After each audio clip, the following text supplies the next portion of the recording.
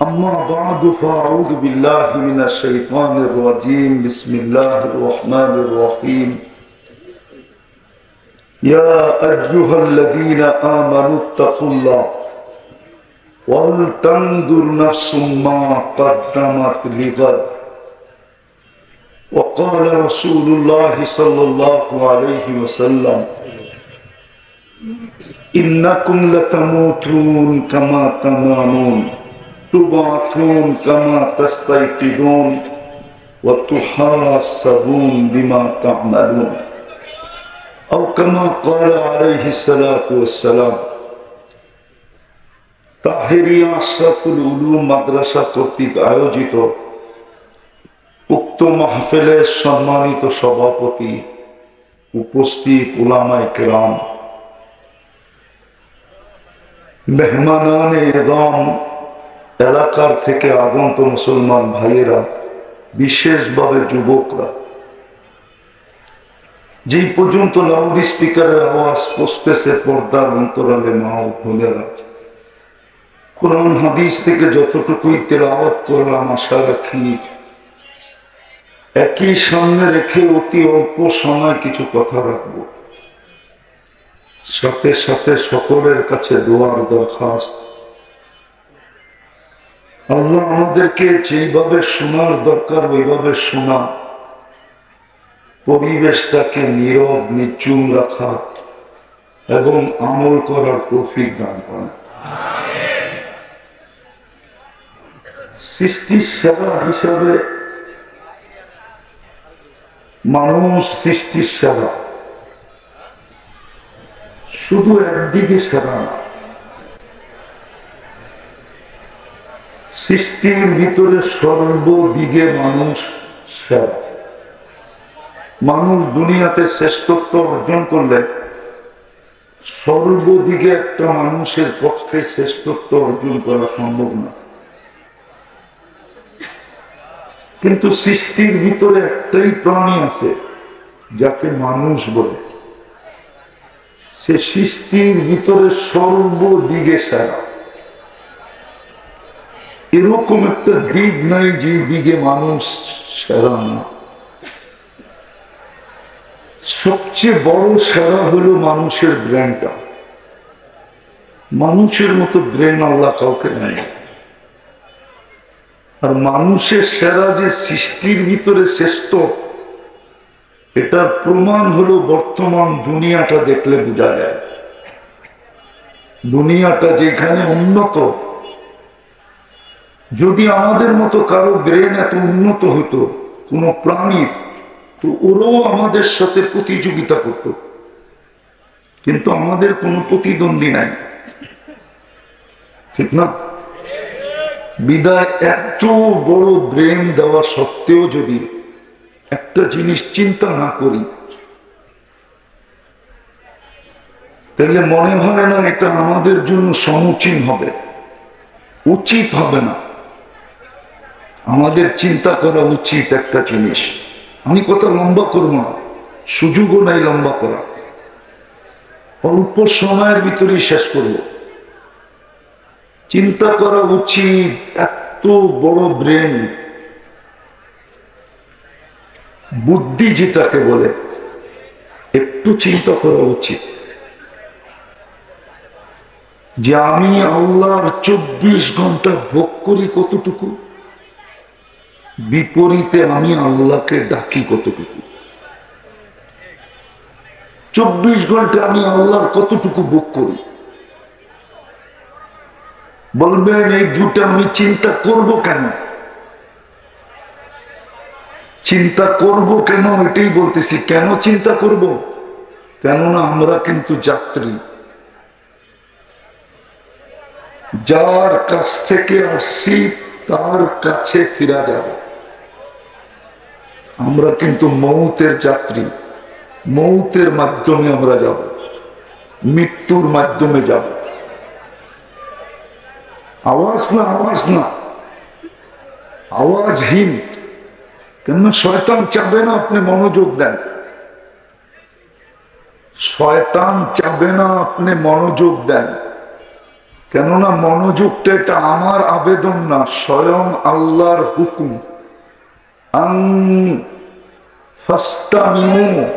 কোরআন বলতেছে মনোযোগ দিয়ে শোনো। দ্বিতীয়টা আল্লাহর হুকুম, আনসিতু, পরিবেশটাকে বিলকুল নীরব রাখো। দুটোটাই কিন্তু আল্লাহর হুকুম, আমার না। আমি উপস্থাপনকারী আপনাদের সামনে। আল্লাহ বলে কোরআনী কথা যখন শোনো বা ডাইরেক্ট কোরআন শোনো, ফাস্তামিউ, কান লাগায়া শোনো। দ্বিতীয় আল্লাহর হুকুম হলো আনসিতু, পরিবেশটাকে বিলকুল নীরব রেখা শোনো।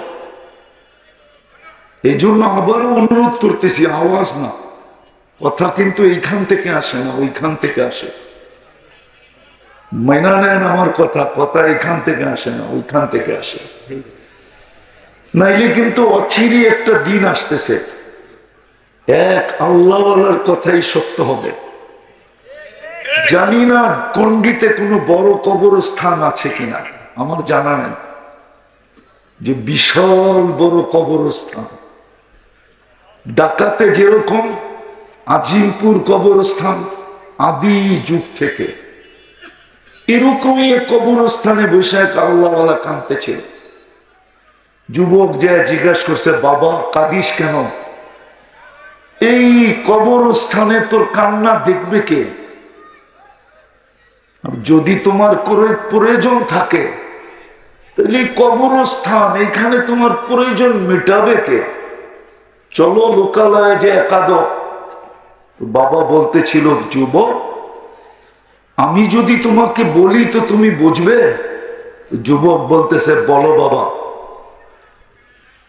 তো বাবা বলতেছিল, আল্লাহওয়ালা বলতেছিল, যুবক আমি চোখে দেখতেছি এই কবরের মানুষগুলা যখন উপরে ছিল না, যেমন আমরা এখন উপরে, ঠিক না? না ভিতরে?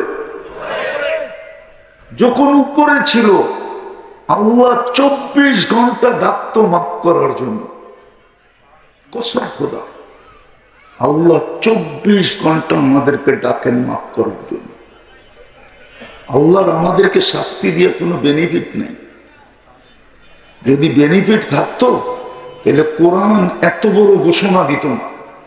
কোরআন বলে, মা ইয়াফআলুল্লাহু বিআযাবিকুম, আল্লাহ বলে তোমাদেরকে শাস্তি দিয়ে আমার লাভ কি? আল্লাহ লাভের ঊর্ধ্বে।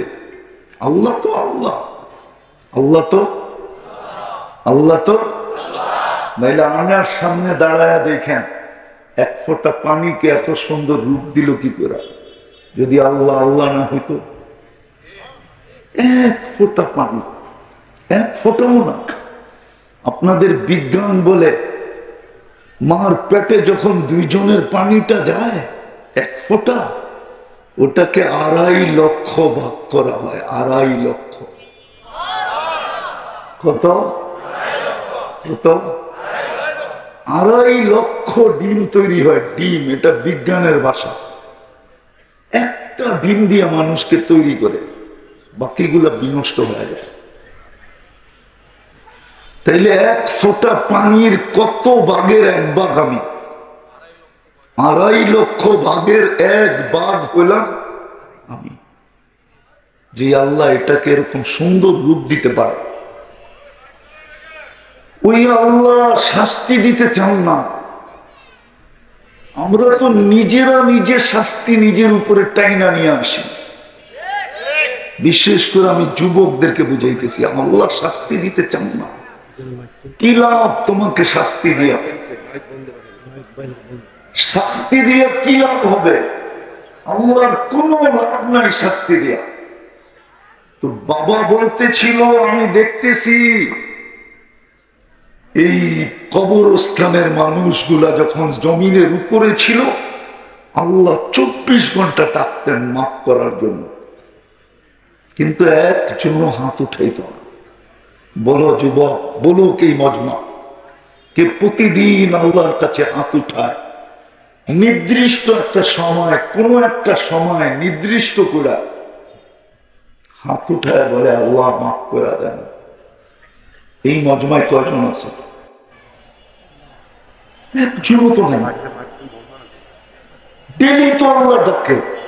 আমি হাদিস দিতেছি, ইয়াবসুতু ইয়াদাহু নাহারা, সারাদিন হাত প্রসারিত করে রাখে, হাত্তা ইয়াতুবা মাসিআল লাইল, রাতের অন্ধকারে যে গুনাহ করছে সেজন্য দিনের আলোতে মাপ চায় না।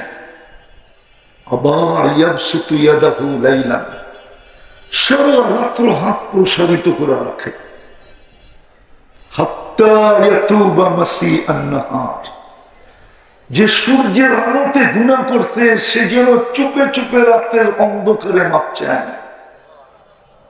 আরেকটা শোনাবো, দুনিয়ার মানুষের স্বভাব হলো প্রতিশোধ নেওয়া। কি নেওয়া?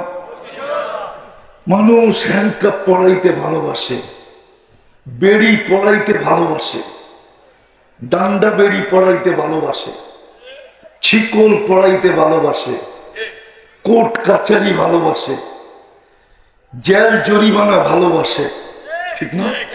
হ্যাঁ, এমনকি ফাঁসির কাস্টে চড়ানো ভালোবাসে। জানি না যুবক বুঝবে কিনা। রব্বে কাবার কসম, ও যুবক, যে আল্লাহ তোমাকে যৌবন দিছে একটু ভাবো, ওই আল্লাহ তোমাকে মাফ করা ভালোবাসে। ইউহিব্বুল আফওয়া।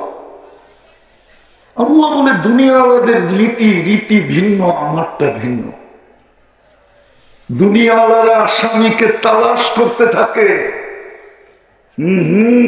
আমরা দেখছি এবং দেখতেছি, অতীতও দেখছি, এখনো দেখতেছি, হবে, এইখানেও ফেরেশতা হবে।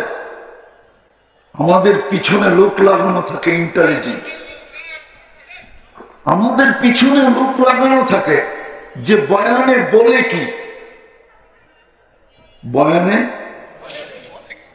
বয়ানে দেশের বিরুদ্ধে তো বলে না, দলের বিরুদ্ধে তো বলে না, ব্যক্তির বিরুদ্ধে তো বলে না, অপপ্রচার তো করে না। এটা তো দুনিয়ার মানুষের স্বভাব, আসামিকে তালাশ করে। রব্বে কাবার কসম, যুবক, একটু পরেই আল্লাহ প্রথম আকাশে আসবে আসামিকে ডাকার জন্য। হালমি মুস্তাগফির ফাগফির লাহ, কে আছিস? আসামি আয়, আমি মাফ করার জন্য চলে আস। আমি যেটা বুঝাইতেছিলাম, চিন্তা করা উচিত। কেন উচিত এটাও বুঝিলাম। চিন্তা করা উচিত, আমি 24 ঘন্টা আল্লাহটা ভোগ করি কতটুকু, আমি ডেলি আল্লাহ আল্লাহ বলি কতটুকু। এই মজমায় তো একজনও নাই যে ডেলি 200 বার আল্লাহ বলে। কোন যুবক নাই ডেলি মনের থেকে 10 বার আল্লাহ বলে, 10 বার, শুধু 10 বার। অথচ সারাদিনে চ্যাট করে শত বার। ফ্রি SMS পাঠায় শত। ফ্রি কে দেয় না, কোম্পানি ফ্রিতে দেয় না SMS, পাঠাও না। এই নিয়তে পাঠাইতে থাকে, যদি লেগে যায়। মনে হয় আপনারা বুঝেন না, ওরা বুঝছে কি বুঝাইতে চেয়েছি। যদি আমাকে লেখা পাঠায় I.you, ঠিক না? কিন্তু আজ পর্যন্ত তো তুমি একটা SMS লেখলাম না, আল্লাহ আই লাভ ইউ। বলুক এখানে কোন যুবক লেখছে SMS-এ? মেসেজে যে কোনদিন লেখছে আল্লাহ আই লাভ ইউ, মুহাম্মদুর রাসূলুল্লাহ আই লাভ ইউ? তাহলে আমার প্রথম কথা ছিল, চিন্তা করা উচিত, আমি আল্লাহটা ডেলি ভোগ করি কতটুকু, আমি আল্লাহ আল্লাহ করি কতটুকু। কি কারণে? আমি কিন্তু যাত্রী, পরিসমাপ্তি যেই কোনো মুহূর্তেই করতে পারে। যদিও আজকে ইচ্ছা স্বাধীনতা দিছেন বিদায় কিচ্ছু বলে না, নাইলে আল্লাহ, মানুষ আল্লাহর নাফরমানি করবে। দুনিয়ার রাষ্ট্রের নাফরমানি করে যদি সালা না যায়, পালানো না যায়, আল্লাহর নাফরমানি করবে? ইম্পসিবল ছিল। আল্লাহর নাফরমানি কে করে? আল্লাহ তো আল্লাহ, ঠিক না? হ্যাঁ, সত্য তো। দোয়া করি আপনাদের প্রতিনিধি হোক, ওনাকে যদি জিজ্ঞেস করি আপনাদের এই পরিবেশটার ভিতরে যদি কোন দুনিয়ার উন্নত দেশের বিজ্ঞানীদের টিম নিয়ে আসে আর ওরা যদি এই এলাকাটা ঘুরা বলে, আমার বিশ্বাস ওরা রিপোর্ট দিবে না যে এইখানে মানুষ বাস করে কি করে। মনে হয় আগে গেলেন, বলবে এটা তো কোন স্বাস্থ্যকর পরিবেশই না, কি করে বাস করে। কিন্তু ওরে দিয়েই যদি চেক করানো হয়, আমার বিশ্বাস গুলশানের মানুষের চেয়ে এই এলাকার মানুষের অ্যান্টিবডি বেশি। অ্যান্টিবডি বোঝেন কি? চিল্লাম তো দিলেন। রোগ প্রতিরোধ ক্ষমতা বেশি। আমি প্রমাণ দিতেছি। 2020-এ করোনা যখন চলতেছিল, তা আমাদের তেজগাঁও বস্তিতে দেখা গেছে অ্যান্টিবডি 75। কত? আর গুলশানে হলো 65-65। বলেন গুলশান কি? বাংলাদেশের নিউ ইয়র্ক, ঠিক না? বাংলাদেশের প্যারিস, ঠিক না? আরে সত্য তো। মনে হয় গুলশান বোঝেন না, নিউ ইয়র্ক বোঝেন না। আমেরিকার নিউ ইয়র্ক হলো গুলশান, ঠিক না? হ্যাঁ, ইংল্যান্ডের লন্ডন হলো নিউ ইয়র্ক, গুলশান। উচিত তো ছিল ওদের অ্যান্টিবডি 200 থাকা। কত? কত? কত? যদিও 200 হয় না, কিন্তু 200 বলবো। কেননা ওরা দামি জিনিস ছাড়া খায় না, ব্র্যান্ড ছাড়া খাই না, ছুঁয়েও দেখে না, চোখও বুলায় না। কিন্তু আল্লাহ ওদের অ্যান্টিবডি কত দিছে? 60। এখনো নেটে সার্চ দিলে পাবেন আমার কথা, এটাই পাবেন আপনি নেটে। কিন্তু বস্তি আলাদের হলো 75। অথচ বস্তিতে হওয়ার দরকার ছিল যেখানে খায় ওইখানেই বাথরুম, ওইখানেই ঘুম। সত্য তো। ওর হওয়া উচিত ছিল কত?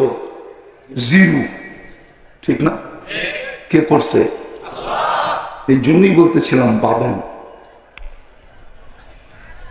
কতটুকু আল্লাহর ভোগ করে আর আমি ডেলি আল্লাহ আল্লাহ কতটুকু করি।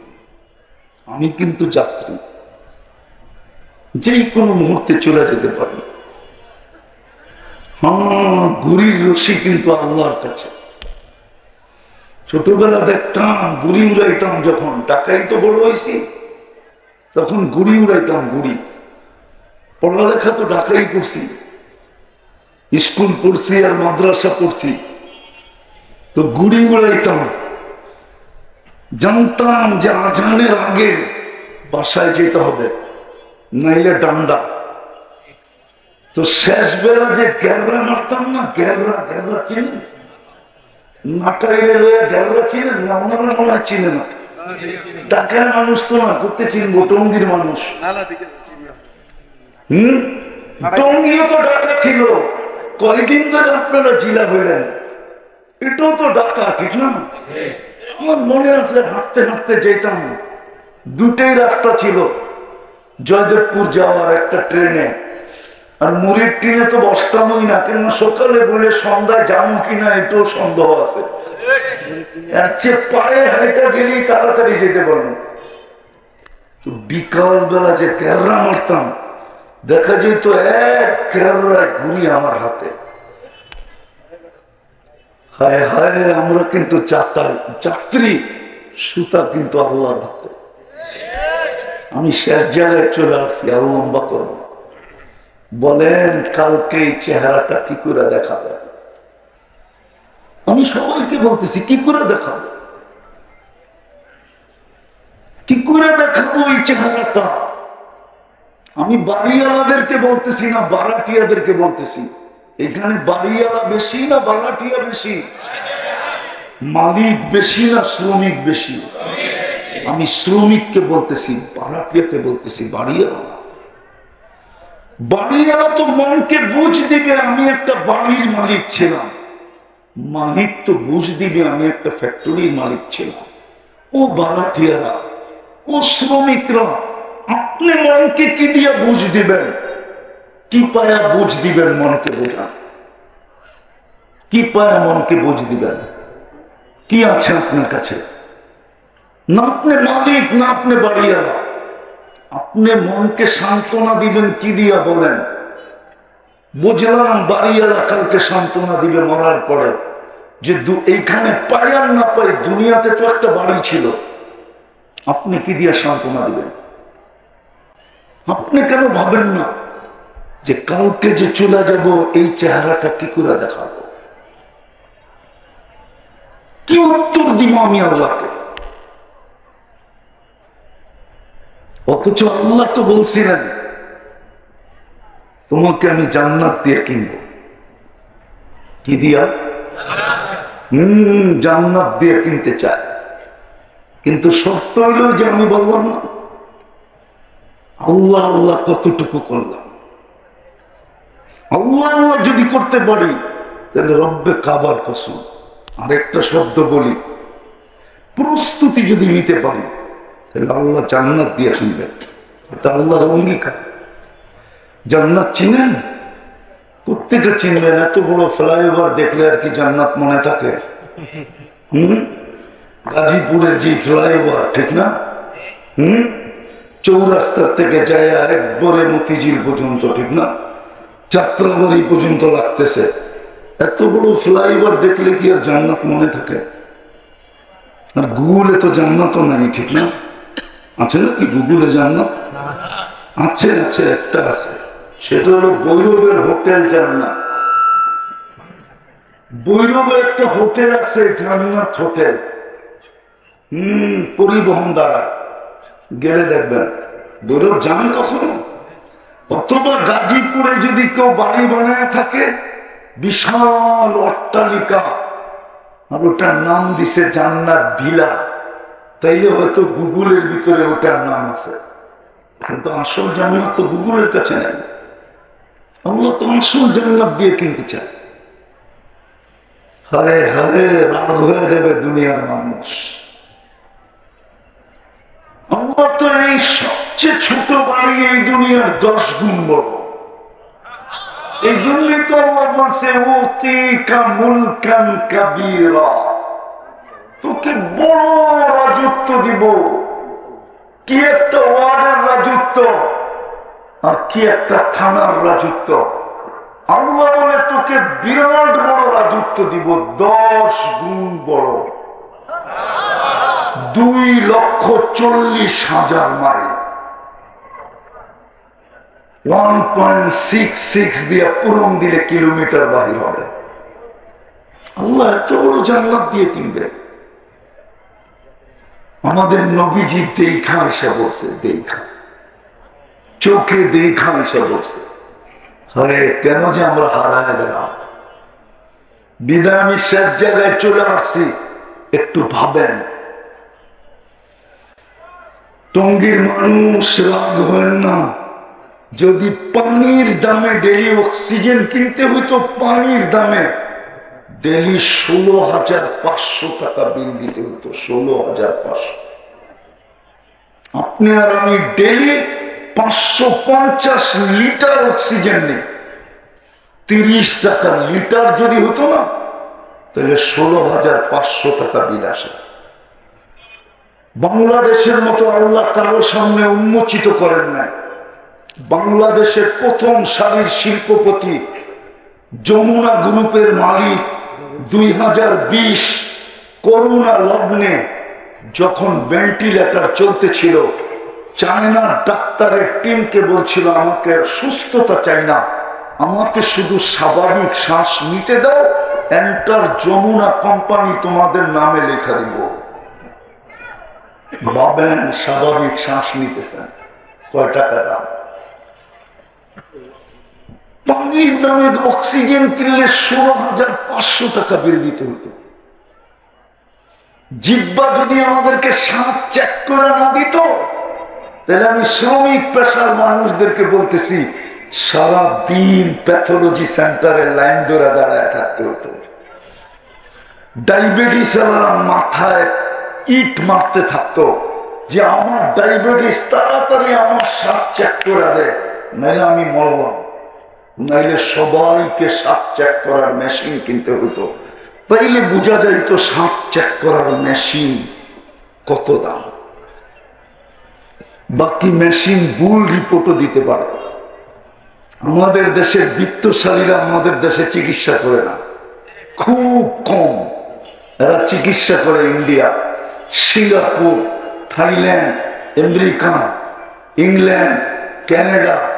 কিন্তু ওনারা জানে আমাদের দেশের অধিকাংশ রিপোর্টই ভুল হয়। কি কি আপনার মেশিনে যদি ভুল রিপোর্ট দিত, মাসে একটা দিলেই তো যথেষ্ট ছিল। আপনি তো খাইতেন, ওই দিক দিয়ে ফুড পয়জন হতো, ওই দিক দিয়ে হাসপাতালে ভর্তি হইতেন। হাসপাতালওয়ালারা তো এটা দেখতো না আপনি শ্রমিক নাকি। ওরা তো বিল বানাইতে বানাইতে এরকম বানাইতো, মারা যাওয়ার পরে বলতো আগে টাকা দে, পরে লাশ দিব। ঠিক না? কিন্তু আপনার জিহ্বা আজ পর্যন্ত ভুল রিপোর্ট দিছে। আমি তো আপনারটা বাদ দিয়ে আমারটা নিয়ে চিন্তা করি। আমি তো সারাদিন পান খাই, পারি না ঘুমের মধ্যে খাই। আমার জিহ্বা তো আজ পর্যন্ত ভুল রিপোর্ট দিল না। আপনার জিহ্বা তো ভুল রিপোর্ট দেয় না। এই বাজেট কে দিতেছে? যদি গ্রাম শুনতে মেশিন দিয়ে শুনতে হইতো, আমি 3টা দেখাই, 300 দেখাইতে পারি। 300 এই শরীরটাকে খুলে ওপেন করে দেখাইতে পারি আপনাদেরকে। এই জন্যই আমার কথা শুরুটা ছিল, চিন্তা করি আমি সারাদিন আল্লাহ ভোগ করি কতটুকু, সারা দিনে আল্লাহ আল্লাহ করি কতটুকু। আমি কিন্তু যাত্রী, কালকে এই চেহারাটা কি করে দেখাবো? যিনি আমাকে সৃষ্টির ভিতরে শ্রেষ্ঠত্ব দিলেন, যিনি আমাকে মুসলমানের ঘরে নির্বাচিত করলেন, যিনি আমাকে উম্মতে মুহাম্মদী বানাইলেন, যিনি 24 ঘন্টা আমাকে ডাকতে থাকেন মাফ করার জন্য, কালকে এই চেহারাটা কি করে দেখাবো? উত্তরেই বা কি দিব? মনটাকে সান্ত্বনাই বা কি দিয়ে দিব? বাড়িওয়ালা তো হইতে পারলাম না, মালিক তো হইতে পারলাম না। এখানে তো সব বাড়াতেই হবে, 2-4 জন স্টেজের লোক ছাড়া সবাই তো বাড়াটিয়া। কি দিয়ে মনকে সান্ত্বনা দিব? অথচ জান্নাত দিয়ে তো কিনতে চাইতেছেন। জান্নাত খোলার সময় নেই আমার কাছে, আবার কখনো আসলে খুলবো। একটু ভাবেন। শেষ কথা বলতেছি, ভাবতে ভাবতে যদি এই উম্মতের জন্য ভিতর থেকে যদি একটা ধাক্কা লাগে না, ধাক্কা যে হয় আমি বুঝি শেষ, আমি বুঝি জাহান্নামী, আমি বুঝি ধ্বংসপ্রাপ্ত, আমি বুঝি শেষ। আল্লাহ বলতেছে, আল্লাহ, আমি আল্লাহর কথা শোনাইতেছি। আল্লাহ বলে ফালাম্মা তায়াক্কানতা বিল বাওয়া ওয়া যানানতা আন্নাকা মিন আহলিন নার। আফসোস যদি আপনারা আরবি জানতেন, তাহলে আমার এই আরবি পড়াটা আরো মজার হতো। আল্লাহ বলে ফালাম্মা তায়াক্কানতা বিল বাওয়ার ওয়া যানানতা আন্নাকা মিন আহলিন নার মানাহতু ইলাইকা রিদওয়ানি ওয়াল্লাইতু ইলাইকা গুফরানি ওয়া কুলতু লাকা লা তাহজান গফরতু লাকা যুনুবা ওয়াল আওসার ওয়া লিআজলিকা সাম্মাইতু নাফসি আল আজিজুল গফফার। আল্লাহ বলে তুই চিন্তা করতে করতে এই সিদ্ধান্তে পৌঁছতে দেরি, তুই যখন এই সিদ্ধান্তে পৌঁছলি হায় আমি বুঝি শেষ, তুই সিদ্ধান্তে পৌঁছতে দেরি, আমি রেজার চাদর দিয়ে তোকে ডাকতে দেরি করি না, মাগফিরাতের ভিতরে ডুবাইতে দেরি করি না, ছুটা এসে তোর পিঠে হাত বুলাইতে দেরি করি না। আর আমি চিৎকার দিয়া বলি, চিন্তার কোনো কারণ নাই, তোর চিন্তাই তোর গুনাহ খাতাকে মাফ করে দেওয়া হলো। চিন্তার কারণে তোকে মাফ করে দিলাম। তোর জন্য তো আমি আজিজুল গাফফার, নাইলে আমার এই নামটা ধারণ করার দরকারই কি ছিল? আজিজুল গফফার নাম ধারণ করার দরকারটা কি ছিল? এই জন্য আসেন, চিন্তা করি, ভাবি। ভাববেন?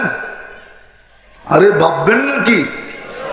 হ্যাঁ হ্যাঁ, আরেকটা কাজ করতে হবে যদি পারেন, আরো এক দুটা কাজ করতে হবে। চলেন আজকে আল্লাহর কাছে তওবা। পারবেন মনের থেকে তওবা করতে? কে কে পারবেন দেখি? পাক্কা? তাহলে বলবেন আল্লাহ অতীত থেকে তওবা করলাম।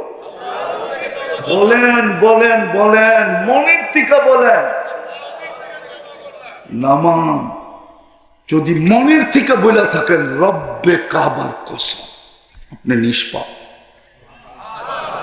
আপনার গুনাহ নাই। এই উম্মত জানে না আল্লাহর সাথে কতটুকু দোস্তি। এই উম্মত যদি জানতো, তাহলে উম্মতকে নিয়ে খেলার সুযোগ ছিল।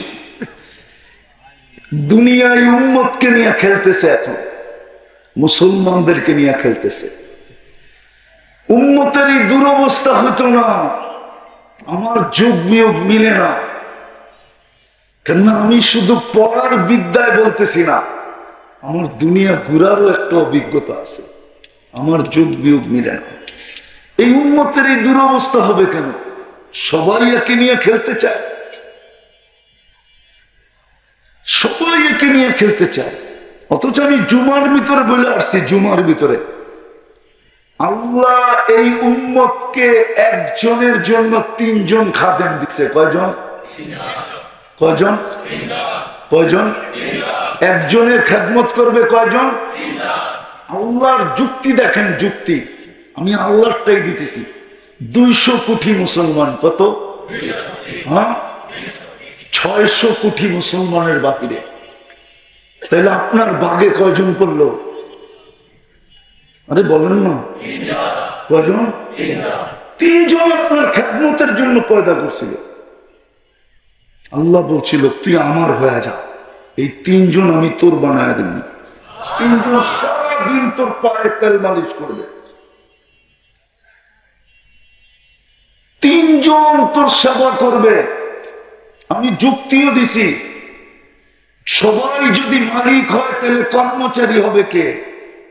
বলেন না, কর্মচারী হবে কেউ? হ্যাঁ, সবাই যদি মালিক হয় তাহলে কর্মচারী কেউ হবে? সবাই যদি বাড়িওয়ালা হয়, বারাটিয়া কে হবে?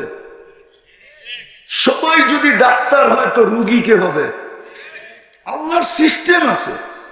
আল্লাহ বলে, মুসলমান উম্মতে মুহাম্মাদি, আমি নির্বাচিত করছিলাম তোকে আমার জন্য। হুয়াজতাবাকুম, কুরআন বলে হুয়াজতাবাকুম ওয়া মা জাআলা আলাইকুম ফিদ-দীনি মিন হারাজ মিল্লাতা আবিকুম ইব্রাহিম হুয়া সাম্মাকুমুল মুসলিমিন। আল্লাহ বলে তুই নির্বাচিত আমার জন্য, আমি নির্বাচিত করছি তোকে আমার জন্য, তুই আমার হয়ে থাক, 3 জনকে তোর সেবায় লাগায় দেন। আজকে উল্টা গঙ্গা, সারা দুনিয়া আমাদেরকে নিয়ে খেলতেছে। এই জন্য আমি শেষ জায়গায় চলে আসছি। তওবা যখন করছেন, আর 2টা অভ্যাস করেন, পারবেন? আজ থেকে ডেলি একবার হাতটা উঠে শুধু বললেন, আল্লাহ আমি আপনার কাছে মাপ চাই। পারবেন? পারবেন?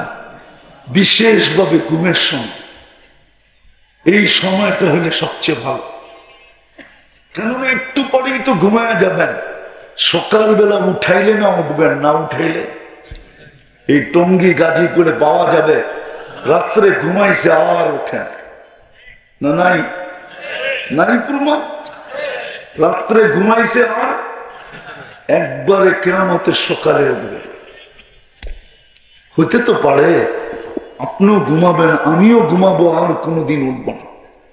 এই জন্য পায়ে হাত দিয়া বলি, বিশেষ করে যুবকদেরকে, সারাদিন যা করো এটা আমার বিষয় না, আমাকে দারোগা বানায় পাঠায় না আল্লাহ। তোমার পায়ে হাত দিয়া বলি, ঘুমানোর সময় তওবা করে ঘুমাও। পারবা? পারবেন? কে কে পারবেন দেখি? হ্যাঁ, আল্লাহ কবুল করো। শেষ শেষ যে আল্লাহ ডেলি 5 বার ডাকে। কে ডাকে? কে ডাকে? কোন আল্লাহ?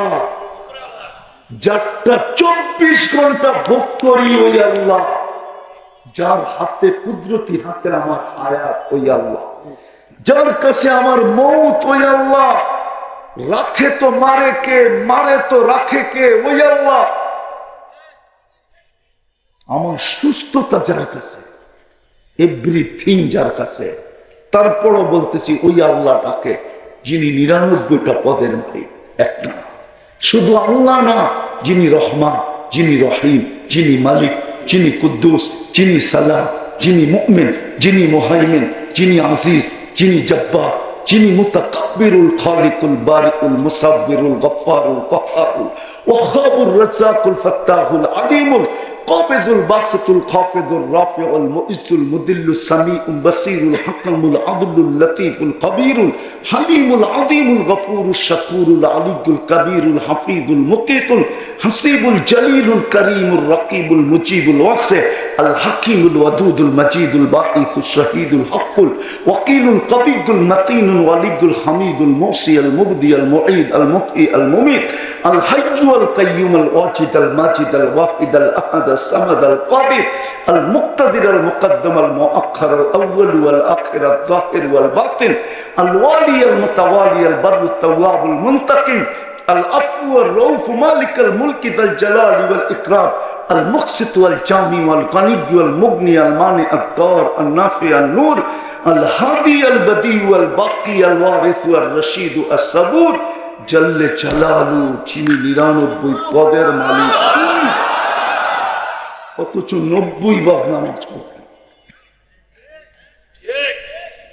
এর চেয়ে বড় অপরাধ কি হতে পারে? যারটা 24 ঘন্টা ভোগ করে উনি ডাকে। বলেন এর চেয়ে বড় অপরাধ কি হতে পারে? এর চেয়ে বড় নিমক হারামি কি হতে পারে? এর চেয়ে বড় অকৃতজ্ঞতা কি হতে পারে? এর চেয়ে বড় অপরাধ কি হতে পারে? বলেন আমাকে, আপনাদের বিবেক দিয়ে বলেন। আল্লাহ ডাকে, 90 বার নামাজ পড়ে না, না নারী না পুরুষ, না যুবক না বৃদ্ধ, সবাই কি বলে? ব্যস্ত। কি কি বলে? এটা শুনেই শেষ করতেছি, ব্যস্ত। এই জন্য কিতাবে আছে মালাকুল মউত প্রথম এসে একটা চিৎকার দিবে, চিৎকার দিয়ে বলবে আইনাল ইশতিগাল, বল তোর ব্যস্ততা কোথায়?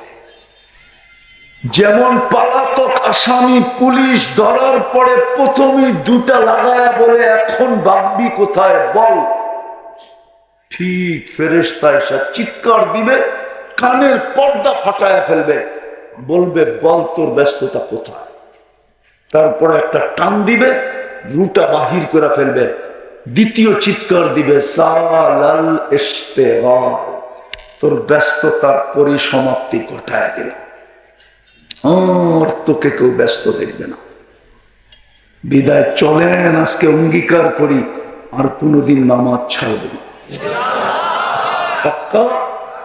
আল্লাহ আমাদেরকে আমল করার তৌফিক দান করেন। ওমা আলাইনা ইল্লাল বালাগ।